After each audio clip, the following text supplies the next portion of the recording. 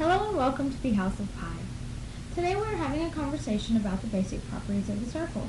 First, what makes a circle unique?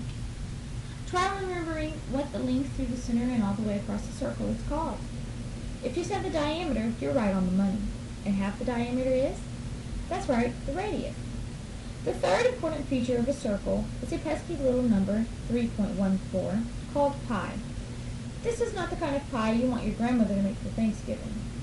Pi with no e represents the ratio between the diameter and the distance around the circle, which is called not the perimeter like we use with other shapes, but the circumference. Good. We use pi to find the circumference of the circle, and how does that work? Well, I'm glad you asked.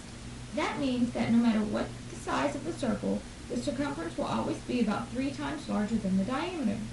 If you have a diameter of 2, that would make the circumference about 3 times larger, 6.